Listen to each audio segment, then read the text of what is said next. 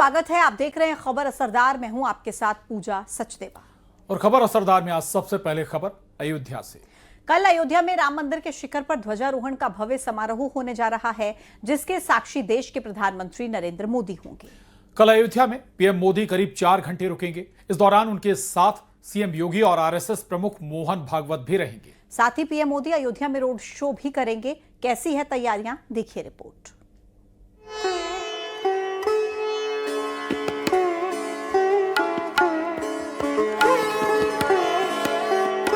प्रभु राम की नगरी अयोध्या एक बार फिर उसी दिव्य रूप में दिखाई दे रही है, जिस तरह रामलला के प्राण प्रतिष्ठा के समय सजी थी। ये उत्सव है राम मंदिर के पूर्णता का। ये उत्साह है धर्म ध्वजा की स्थापना की, जिसके साक्षी देश के प्रधानमंत्री नरेंद्र मोदी बनने वाले हैं।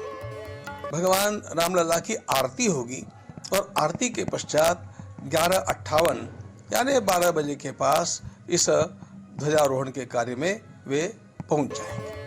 प्रधानमंत्री मोदी इस अनुष्ठान को भी पूरे विधि विधान के साथ पूरा करने जा रहे हैं। जिस तरह प्राण प्रतिष्ठा के दौरान उन्होंने तप और व्रत रखा था, उसी तरह ध्वजारोहण के लिए भी निर्जला व्रत पर रहेंगे। दिन केवल उनको अपना आहार जो अन्न का न लेकर के फल आदि का लेना है, लेकिन हमारा तो अनुभव जो रहा है उसके अनुसार वे फल आदि भी नहीं लेंगे और निराहार रह करके ही ध्वजारोहण करेंगे। प्रधानमंत्री नरेंद्र मोदी अयोध्या में करीब 4 घंटे रुकेंगे। साकेत महाविद्यालय में हेलीकॉप्टर से उतरेंगे, वहां से राम जन्मभूमि परिसर रोड शो करते जाएंगे, जहां से प्रधानमंत्री नरेंद्र मोदी का बाकायदा रोड शो भी होगा और पूरी मुस्तैद है। यहाँ पर प्रशासन तैयारियां पहले से की जा रही हैं मजबूती से।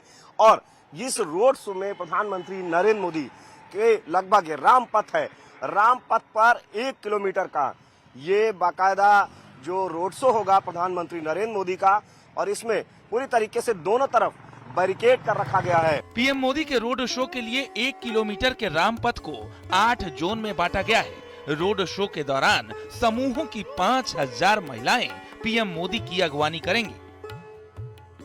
दोनों तरफ बाकायदा सजाया गया है और लगभग 5000 मातृशक्तियां पुष्प वर्षा कर प्रधानमंत्री का अयोध्या में स्वागत करेंगी। प्रधानमंत्री के आगमन को लेकर अब रिहर्सल भी पूरा कर लिया गया है और जो सुरक्षा पॉइंट है, जहां जहां पर ड्यूटियां लगाई गई हैं, उन ड्यूटियों को भी सक्रिय करते हुए पूरे अयोध्या में सुरक्षा घेराव और भी सख्त कर दिया गया है। ध्वजारोहण कार्यक्रम के दौरान प्रधानमंत्री नरेंद्र मोदी रामलला का दर्शन करेंगे। इसके बाद राम दरबार की आरती करेंगे।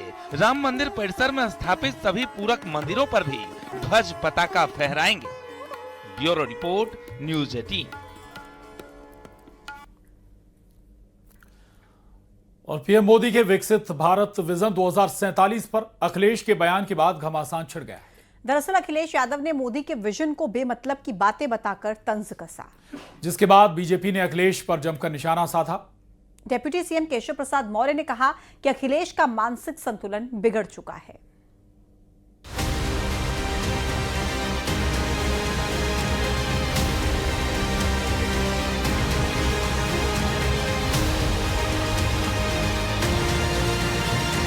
दो 2047 तक विकसित भारत का जो विजन प्रधानमंत्री मोदी ने दिया, वो विपक्ष को पहले दिन से ही नहीं रास आ रहा था। लेकिन अब अखिलेश यादव उस पर खुलकर तंज कस रहे हैं। अखिलेश यादव पीएम मोदी के विकसित भारत के विजन पर तंज कसते नजर आए। उनका कहना है कि ये बेमतलब की बातें हैं। कुछ नहीं रही यहाँ पे धरती पे बातें कर रहे बेमतलब की। अच्छा, किसके बारे में कह रहे हो तुम रहोगे 2047 तक तो खुद ही नहीं रहोगे। उम्र हमें दिखाई दे रही है, सर पे बाल नहीं है आपके। अच्छा, जीतेंगे नहीं, ना बंगाल जीतेंगे ना यूपी जीतेंगे। मैं आपको बता दे रहा हूं कि बीजेपी 47 की बात कर रही है। अपना मैनिफेस्टो खुद नहीं पढ़ते वो लोग।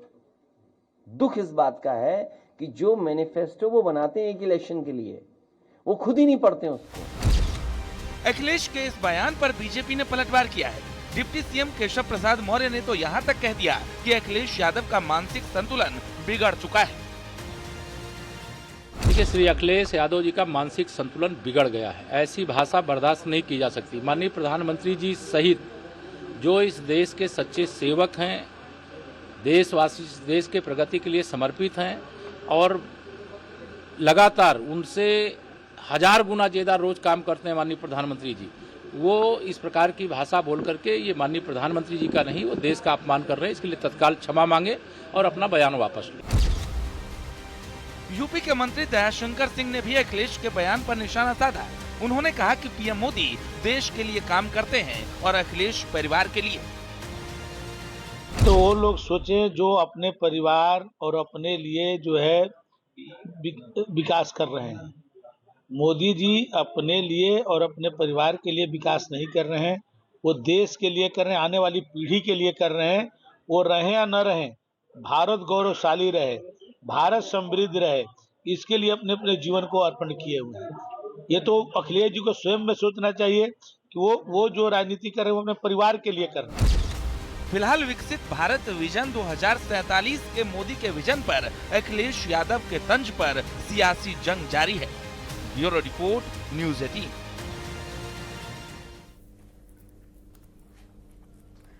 एसआईआर पर झारखंड के मंत्री इरफान अंसारी का भड़काऊ बयान आया, जिस पर बवाल भी मचा।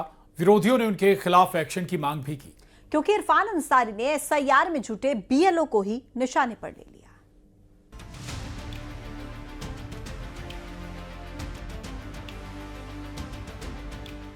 झारखंड के मंत्री के इस बयान ने बवाल मचा दिया है। सियासी अखाड़े में तलवारें खिंच गई हैं। वैसे ही देश के कई राज्यों में चल रही एसआईआर की प्रक्रिया पर उथल-पुथल मची हुई है। और इस बीच झारखंड के मंत्री इरफान अंसारी ने झारखंड के जामताड़ा में एक कार्यक्रम में कुछ ऐसा बोल दिया जिससे हलचल मच गई, क्योंकि उन्होंने एसआईआर के तहत मतदाता सूची को अपडेट करने में जुटे बीएलओ के लिए भड़काऊ बयान दे डाला। आपकी नागरिकता छीन लिया, आपको पहचान छीन लिया, आपको घुसपैठिया बना दिया इन लोगों ने। कोई हक समाज में अब कोई हक नहीं मिलेगा। और अब बंगाल में एसआईआर लागू कर रहा है और उसके बाद झारखंड में करेगा। मैं आप सबको कहना चाहता हूं, एकदम अगर कोई नाम आपका काटने के लिए आए, अगर कोई आपका नाम अगर पूछने के लिए आए, वैसे पदाधिकारी को एकदम गेट में बंद कर दीजिएगा, ताला मार दीजिएगा, मैं खोलूंगा। किसी कीमत पर मैं बता दे रहा हूं आपको, अपना नाम नहीं काटने दीजिएगा। इरफान अंसारी ने जैसे ही ये बयान दिया, विरोधी सक्रिय हो गए। उनके खिलाफ एक्शन की मांग होने लगी। इरफान अंसारी को तो खुद बंद कर देना चाहिए। एक संवैधानिक पद पे रह करके इस ढंग की बात बोलते हैं। वहां की सरकार को तुरंत मुकदमा करके इनको बंद कर देना चाहिए। विरोधी भड़के, मोर्चा खोला, तो फिर अपने नेता और झारखंड के मंत्री इरफान अंसारी के बयान पर कांग्रेस के नेताओं ने बोलना शुरू कर दिया। संदीप दीक्षित ने तो सीधा बोल दिया कि इरफान अंसारी का बीएलओ से जुड़ा बयान ठीक नहीं था। जो भी अधिकारी भेजेंगे एसआईआर में, उनके काम पर हमें संदेह है, लेकिन किसी को बांधना, किसी को इस तरीके से बाधा डालना गलत बात है। हमारा काम होना चाहिए कि हमारे जो BLA 1 BLA 2 जो हैं, जो हमारे बूथ के और इलाके के होते हैं, वो उनके साथ जाएं, इस बात को सुनिश्चित करें, अपना रिकॉर्ड बनाएं। बल्कि मैं तो ये कहूँगा कि उनके BLA के जाने के बाद हम लोगों को अपना भी सर्वे करना चाहिए। इरफान अंसारी के बयान पर जो बवंडर मचा, उस पर चुनाव आयोग ने भी संज्ञान लिया। झारखंड के मुख्य चुनाव अधिकारी ने तुरंत मामले में रिपोर्ट मंगवाई। झारखंड के जामताड़ा के जिला निर्वाचन अधिकारी से इरफान अंसारी के बयान